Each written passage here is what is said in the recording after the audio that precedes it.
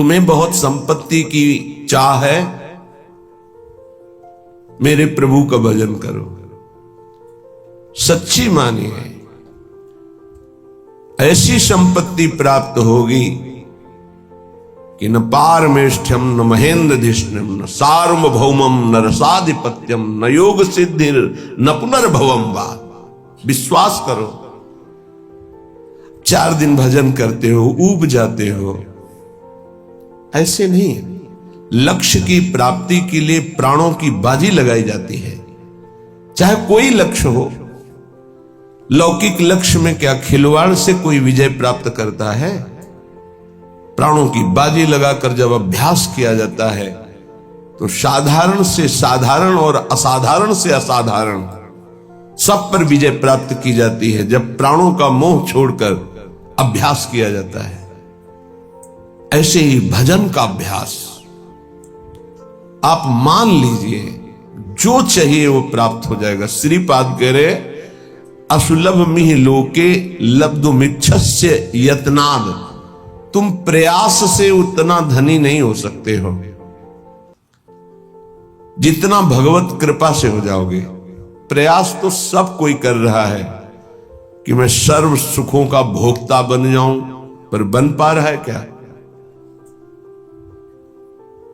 भगवान के नाम का चिंतन करते हुए जथा लाभ संतोष सदा काहू सो कछ न चाहोंगो, ये स्थिति सुदामा जी की थी। कई कई दिन घर में भोग नहीं लगता था, तुलसी दल और चरणामृत से बच्चों का पोषण होता था। एक दिन द्वारिकाधीश की कृपा कटाक्ष हुई, द्वारिकापुरी की तरह वैभव सुदामापुरी में। भगवान के लिए कुछ मेहनत करनी पड़ती है। एक संकल्प से अनंत ब्रह्मांडों का सृजन हो गया, लेकिन बलिहारी सुदामा जी की एक दाना भी नहीं पाया वहां का। वो भिक्षा से ही जीवन यापन करते रहे। पत्नी से कहा, तुम्हें सुख सुविधा चाहिए थी, मेरे मित्र ने दे दी। मैं सिर्फ श्री कृष्ण से प्यार करता हूं, श्री कृष्ण के वैभव से नहीं। ये क्या चाहिए? असुलभ मिह लोके, जो तुम्हें इस लोक में सुलभ नहीं हो सकता वो तुम्हें प्राप्त हो जाएगा। ये आंतरिक बात है। जब आपकी स्थिति ऊंची उठेगी भजन से, तो दिव्यताएं आपके सामने आएंगी। जैसे आप बैठे हैं, ऐसे दिव्य लोकों के वैभव, दिव्य लोकों के देवता, दिव्य लोकों की सिद्धियां उस उपासक के सामने उपस्थित होती है। मुझे भोगो, मुझे स्वीकार करो, क्या चाहिए तुम्हें, बोलिए। और जब वो नहीं बोलता है तब स्थिति आगे बढ़ती चली जाती है। आखिर में श्री भगवान को आना पड़ता है, क्या चाहिए।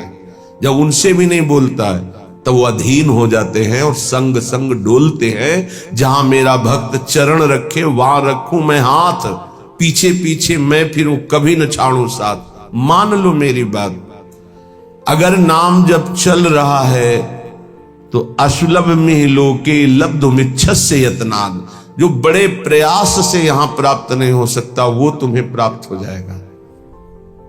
सबसे बड़ी बात, सूक्ष्मता से विचार कीजिए। आप धन क्यों चाहते हैं? तो उत्तर आएगा भोगों के लिए। सीधी बात है। धन से हम मकान बना सकते हैं, हम सुंदर सुंदर भोग एकत्रित कर सकते हैं, कपड़ा लत्ता भोजन भोग सामग्री सब ठीक है। इन भोगों में सुख है, ये अज्ञान से आपने मान रखा है। नहीं तो ऐसे हैं, जितना आप धन चाहते हो, जो भोग चाहते हो, ये सब उनके पास है, लेकिन असंतुष्ट है। आपकी पहुंच नहीं है, इसलिए वो आपसे थोड़ी बताएंगे।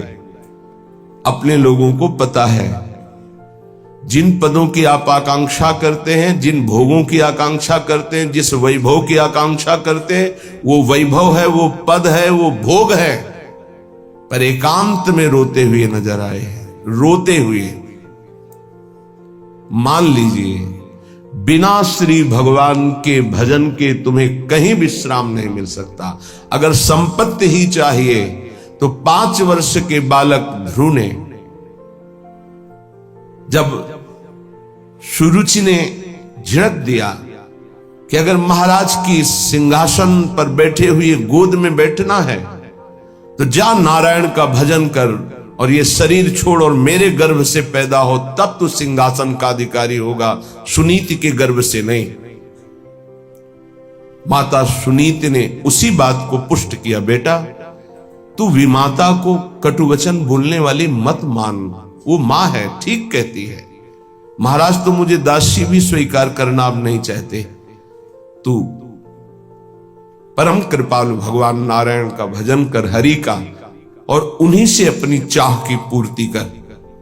चाह थी मुझे परम पद मिले, परम पद अटल पदवी ऐसी मिली, सप्त ऋषि उसकी परिक्रमा करते हैं। ध्रुव जी की सप्त ऋषि परिक्रमा करते हैं, ऐसी पदवी प्राप्त हुई। क्या चाहिए? अपना कितना प्रयास कर लेंगे आप? हम ये नहीं कहते कायर बन करके बैठ जाओ, आप अपने कर्तव्य का पालन करें, पर नाम जप करते हुए जो चाहिए विश्वास कीजिए।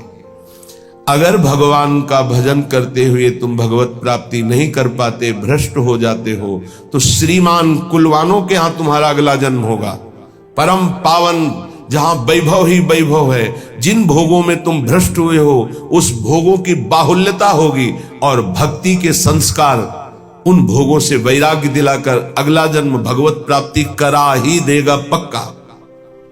दो प्रकार का जन्म होता है योग भ्रष्ट का।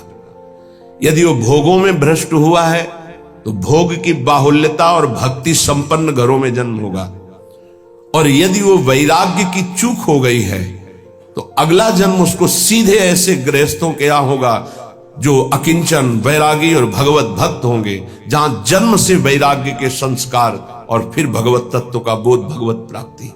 घाटा तो है ही नहीं। थोड़ा भी नाम जप किया तो दुर्गति से बचाकर सदगति में लगा देगा। जो चाहिए वो प्राप्त, विश्वास कीजिए। पर किसान भी खेती बोता है तो इंतजार करता है, सुरक्षा करता है, सींचता है, निकालता है, तब वो जाकर के कहीं फसल प्राप्त करता है। ऐसा नहीं कि दूसरे तीसरे दिन उसे फसल मिल जाती है। आज आप नाम जपना शुरू, सोचते हैं एकदम चमत्कार हो जाए, जो कहा जा रहा है एकदम संपत्ति आ जाए, एकदम सारे दुख मिट जाए। ऐसा नहीं होता, ऐसा नहीं होता। कोई कार्य एकदम ऐसे नहीं होता, उसकी भूमिका बनती है।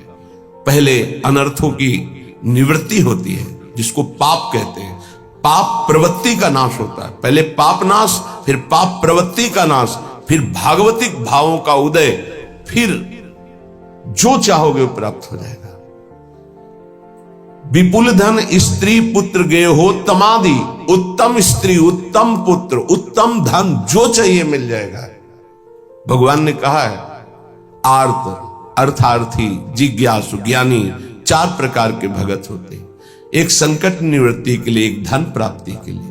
धन भी चाहिए तो श्री हरि का भजन करो और अपने कर्तव्य का पालन करो, और जैसे तुम्हें वो रख रहे हो वैसे राजी रहो। आगे चलकर जब इस फसल की अन्न राशि एकत्रित होगी, अर्थात तुम्हारे इस भजन का फल आएगा, तो निहाल हो जाओगे, इसी जन्म में निहाल हो जाओगे। मान लीजिए, प्रार्थना है, मान लीजिए। ये मनमानी आचरण बंद करके भगवान के आश्रित होकर नाम जप कीजिए। ये तुम्हारे गंदे आचरण, गंदा भोजन, गंदे विचार, ये तुम्हारा नाश कर देंगे।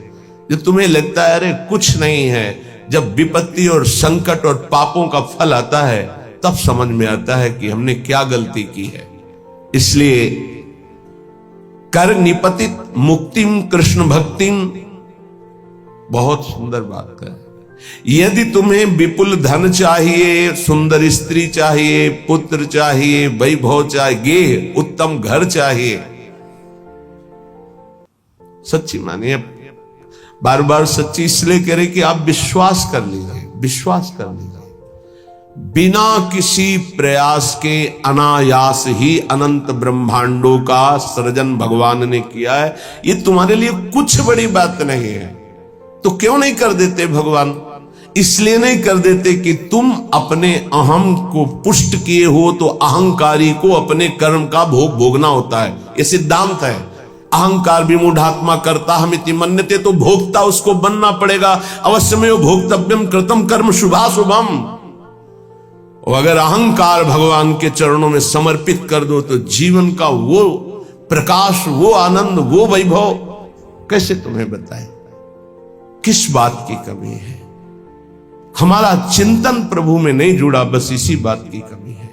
अगर हमारा चिंतन जुड़ जाए तो श्रीपाद प्रबोधानंद जी कह रहे असुलभ मिह लोके, जो इस लोक में तुम्हें लुब्ध मिच्छस्य यत्नाद, यत्न करने पर भी नहीं प्राप्त हो सकता, वो विपुल धन स्त्री पुत्र गेहोत्तम आदि, उत्तम गेह, उत्तम स्त्री, उत्तम पुत्र, उत्तम संपत्ति, ये तुम्हें प्राप्त हो जाएगी। बोले नहीं, ये तो मुझे नहीं चाहिए। तो बोले कर निपतित मुक्तिम, तुम्हारे हाथ में मोक्ष पदवी, भजन करो। बोले ये भी नहीं चाहिए। तो बोले कृष्ण भक्तिम च, श्री कृष्ण की प्रेम लक्षणा भक्ति प्राप्त हो जाएगी। परम धाम वाद्य वृंदावनाख्यम, यदि वृंदावन धाम का आश्रय लेकर भजन शुरू कर दिया, सब कुछ प्राप्त हो जाएगा। वृंदाटवी सहज वीत समस्त दोषा, दोषा करानपि गुणा करताम नयंती, पोषाय में सकल धर्म बहिष्कृतस्य, शोषाय दुस्तर महागचयस्य भूयात्।